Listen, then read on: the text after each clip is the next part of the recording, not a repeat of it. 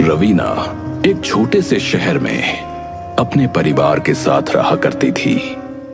उसके परिवार में उसके माता पिता और एक छोटी बहन थी।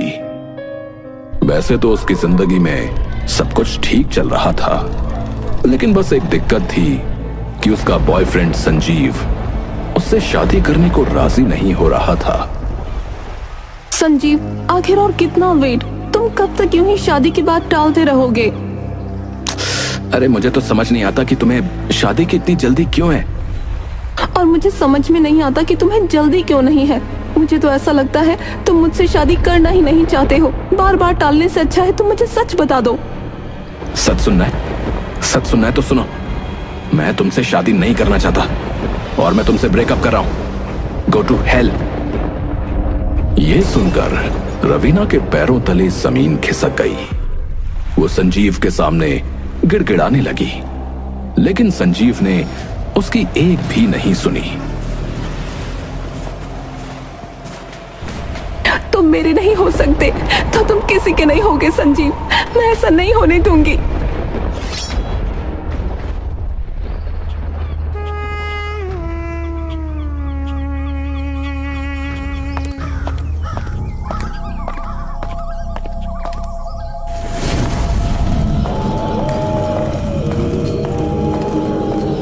एक दिन रवीना एक तांत्रिक के पास पहुंची।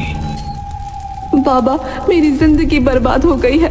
संजीव ने मेरे साथ बहुत बुरा किया है। मुझे उसे बर्बाद करना है। बेटी, काले जादू का खेल आसान नहीं होता। तुम जो चाहती हो उसकी कीमत बहुत भारी हो सकती है बेटी। मैं किसी भी कीमत के लिए तैयार हूँ बाबा। मुझे बस संजीव और उसके परिवार को बर्बाद करना है। ठीक है, अगर तुम्हारा इरादा पक्का है तो मुझे संजीव के बाल ला कर दो।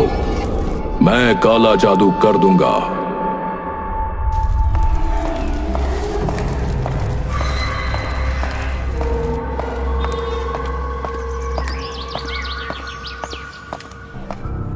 उसके बाद रवीना वहां से संजीव के घर पहुंची।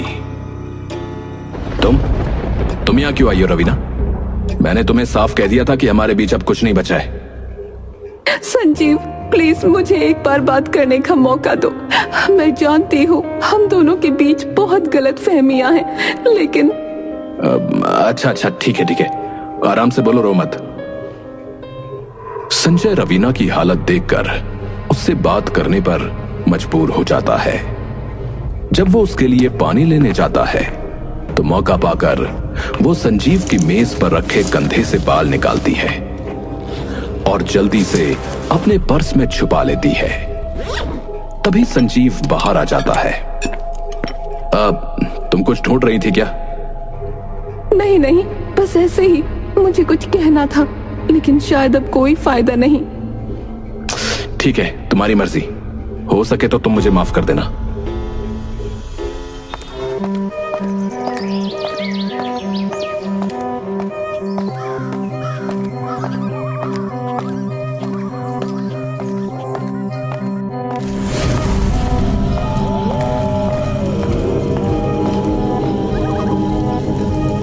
रवीना वहां से सीधे तांत्रिक के पास पहुंची। बाबा, मैंने संजीव के बाल ले लिए हैं, अब आप उसे बर्बाद कर दीजिए।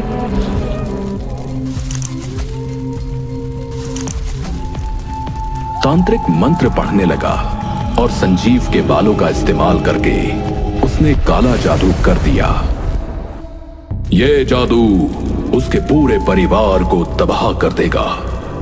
अब तुम घर जाओ और इंतजार करो। पूरे परिवार पर मैंने तो सिर्फ संजीव की बात करी थी।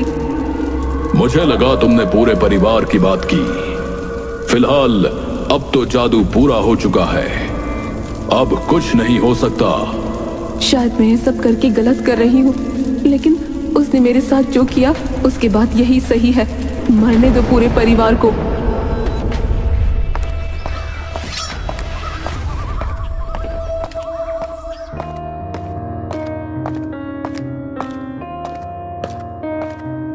रवीना खुशी खुशी तांत्रिक के पास से घर लौट आती है।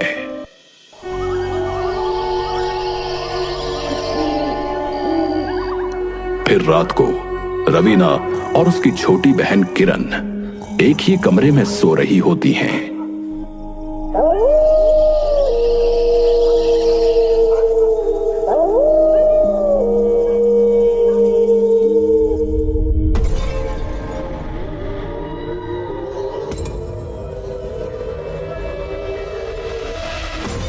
अचानक किरण की नींद खुलती है और वो घबराकर चिल्लाने लगती है। दीदी, दीदी, उठाओ, बचाओ मुझे, मुझे बचाओ, मुझे मार डालेंगे। क्या हुआ किरण, क्यों चिल्ला रही हो? दीदी, काले साए वो हमारी तरफ आ रहे थे, पूरे कमरे में घूम रहे थे, वो बहुत डरावने थे। अरे कुछ नहीं है किरण, तुमने बुरा सपना देखा होगा, चलो अब सो जाओ। लेकिन दीदी, वो इतने असली लग रहे थे। सब ठीक है, मैं यही हूँ, कुछ नहीं होगा। किरण रवीना को गले लगाकर सो जाती है।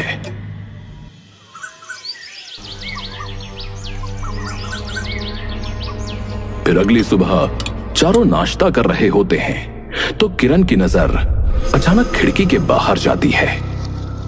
उसके चेहरे का रंग उड़ जाता है और वो डर से कांपने लगती है। वो कौन है? वो लोग हमें क्यों देख रहे हैं? सभी उसकी तरफ देखते हैं लेकिन उन्हें कुछ नहीं दिखाई देता। क्या बोल रही हो किरण? कोई नहीं है वहां। किरण, हमें मत डराओ, कल रात का सपना अब भी तुम्हारे दिमाग में है। नहीं, वो सचमुच है, वो मेरी तरफ बढ़ रहे हैं। मैं मर जाऊंगी, मैं मर जाऊंगी, वो मुझे मार डालेंगे। नहीं।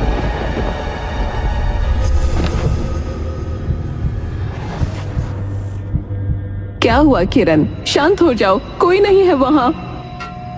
लेकिन किरण उनकी बातों पर ध्यान नहीं देती। वो तेजी से दौड़कर अपने कमरे में आती है और दरवाजा बंद कर लेती है। मत आओ मेरे पास, छोड़ दो मुझे, मुझे मत मारो, मैंने तुम्हारा क्या बिगाड़ा है?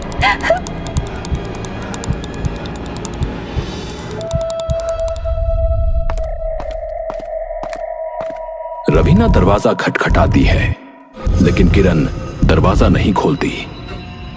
अब पहली बार रवीना को लगता है कि कुछ तो गड़बड़ है, क्योंकि किरण ने ऐसा पहले कभी नहीं किया था।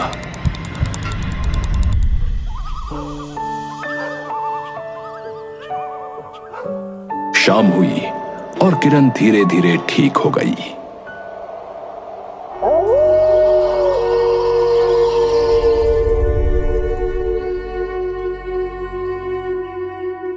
अगली सुबह रवीना के माता पिता उससे कहते हैं, रवीना, कल रात हमें भी कुछ अजीब महसूस हुआ।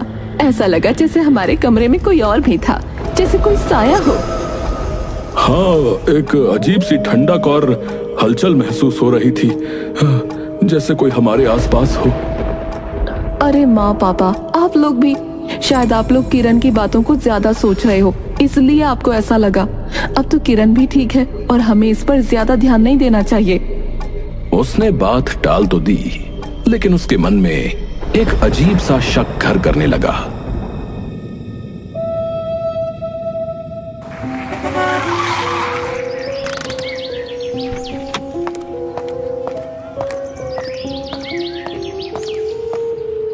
वो संजीव की हालत देखने उसके घर जाती है। संजीव उसे देखते ही नाराज हो जाता है। तुम फिर यहां क्यों आई हो रवीना? मैंने कहा था ना, मुझे तुमसे कोई बात नहीं करनी। मैं सिर्फ तुम्हारा हालचाल पूछने आई थी बस। तुम ठीक हो? हाँ, मैं फिट हूं। अब जाओ यहां से। ये कैसे हो सकता है? काले जादू के बाद भी ये इतना ठीक कैसे है?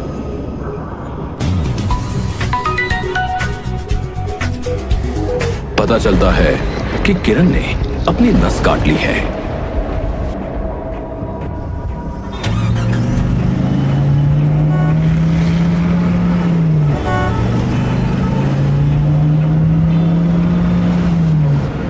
और वो फौरन अस्पताल पहुंचती है। क्या हुआ? किरण ने ये क्यों किया? रवीना, वो बार बार कह रही थी कि वो कह रहे हैं हाथ काट लो, वो कह रहे हैं हाथ काट लो, और फिर उसने सच में काट लिया। रवीना, हमारे घर में कुछ तो गलत है। वहाँ कोई बुरी शक्ति है, भूत है। बस करो माँ, तुम भी किरण की तरह पागल हो रही हो। कोई भूत वूत नहीं है। किरण का दिमाग खराब हो गया है, उसे पागल खाने भेज देना चाहिए। रवीना, क्या कह रही हो तुम? वो तुम्हारी बहन है। हाँ, लेकिन ये सब ड्रामा नहीं चलेगा। आप सब इस वहम में जी रहे हो 2 दिन से। मेरी मानो इसके दिमाग का इलाज कराओ। ये कहते हुए रवीना कमरे से बाहर चली जाती है।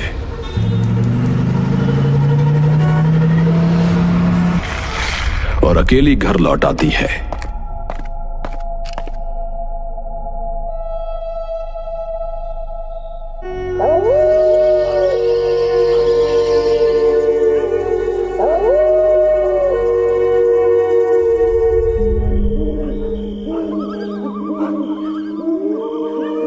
जब वो सो रही होती है तो आधी रात को अचानक उसे अपने ऊपर एक भारी वजन महसूस होता है। उसकी आंखें धीरे धीरे खुलती हैं और वो देखती है कि उसकी छाती पर एक बेहद डरावना साया बैठा हुआ है। हे भगवान, ये क्या है? वो साया बिना कुछ कहे उसकी तरफ झुकता है और रवीना को उसकी ठंडी सांसें अपने चेहरे पर महसूस होती हैं। रवीना का दिल जोर से धड़कने लगता है और उसकी सांसें तेज हो जाती हैं। प्लीज मुझे छोड़ दो, मुझे छोड़ दो। मैंने तुम्हारा क्या बिगाड़ा है? काला जादू, काला जादू। अचानक वो साया गायब हो जाता है। रवीना थोड़ी राहत महसूस करती है।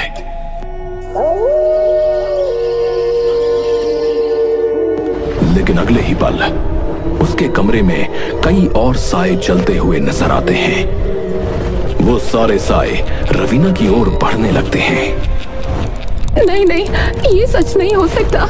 ये सब क्या हो रहा है? काला जादू तो मैंने संजीव पर कराया था, ये मेरे साथ क्यों हो रहा है? वो साए धीरे धीरे रवीना को घेरने लगते हैं और उनके हाथ रवीना की ओर बढ़ने लगते हैं। रवीना को लगने लगता है कि वो साए उसे पकड़कर खींच लेंगे। डर और घबराहट से वो चिल्लाती हुई कमरे से बाहर भाग जाती है। नहीं, मुझे छोड़ दो प्लीज, मुझे जाने दो।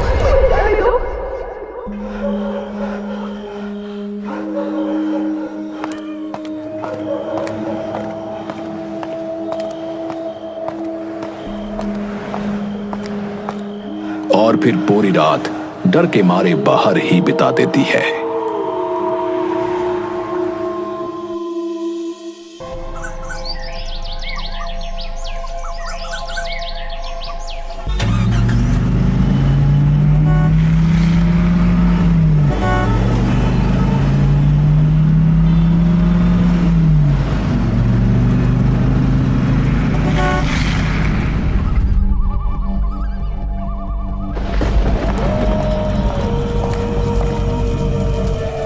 तांत्रिक बाबा, मैंने जो आपसे कहा था वो आपने किया, लेकिन संजीव के घर में कुछ भी नहीं बदला। वो बिल्कुल ठीक है, जैसे कुछ हुआ ही ना हो। पर मेरे घर में बहुत अजीब अजीब चीजें हो रही हैं। अजीब चीजें जैसे? कल रात मेरे कमरे में साए थे, डरावने साए। और मेरी छोटी बहन किरण ने अपने हाथ की नस काट ली। वो कह रही थी कि उसे किसी ने ऐसा करने को कहा था। बाबा, ये सब क्यों हो रहा है? एक बात बता, वो बाल किसके थे जो तूने मुझे दिए थे?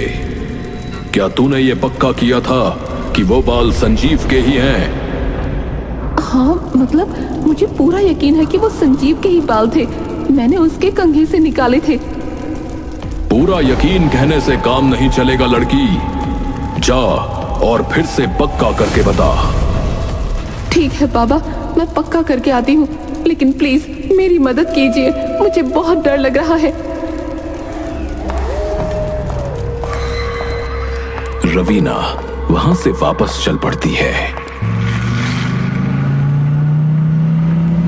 जैसे ही वो गाड़ी चलाने लगती है, उसे उसे अचानक कार की पिछली सीट पर कुछ हरकत महसूस होती है। वो पीछे मुड़कर देखती है और एक काला साया उसे घूरता हुआ नजर आता है। ये क्या हो रहा है? नहीं नहीं नहीं नहीं, ये सब मेरा वहम है। आओ तू जलाओ तू आई बला को टाल तू, आओ तू जलाओ तू आई बला को टाल तू। तभी अचानक सामने से कोई अजीब आकृति आ जाती है। रवीना तेजी से ब्रेक लगाती है और उसका एक्सीडेंट होते होते बचता है। वो बुरी तरह कांप रही होती है।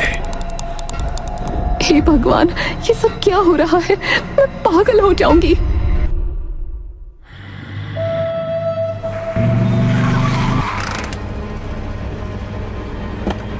वो जैसे तैसे संजीव के घर पहुंचती है, लेकिन वहां ताला लगा हुआ पाती है।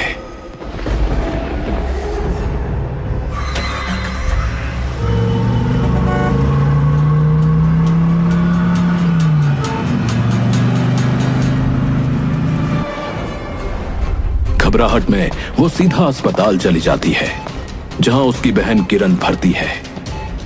जब वो वहां पहुंचती है तो उसे अपने माता पिता कहीं नजर नहीं आते। अरे माँ पापा कहाँ चले गए? वो किरण के पास जाकर बैठती है। उसकी नजर किरण के मोबाइल पर पड़ती है। वो उसे उठाकर चेक करती है और उसके अंदर संजीव के कई मिस्ड कॉल्स और मैसेजेस देखती है। संजीव? ये कैसे हो सकता है?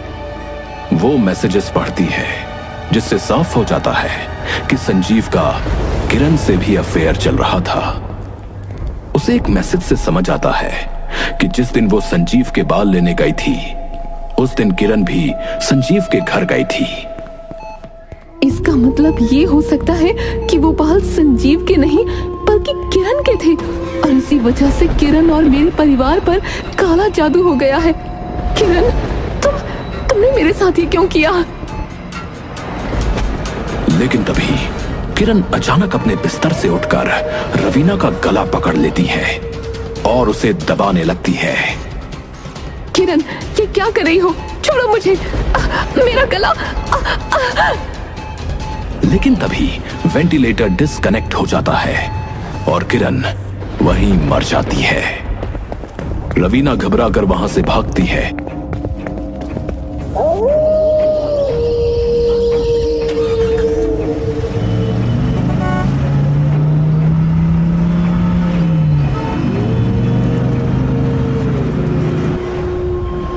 और सीधे अपने घर पहुंचती है। घर पहुंचकर वो अपने माता पिता के कमरे में जाती है, लेकिन वहां का दृश्य देखकर उसे सदमा लग जाता है।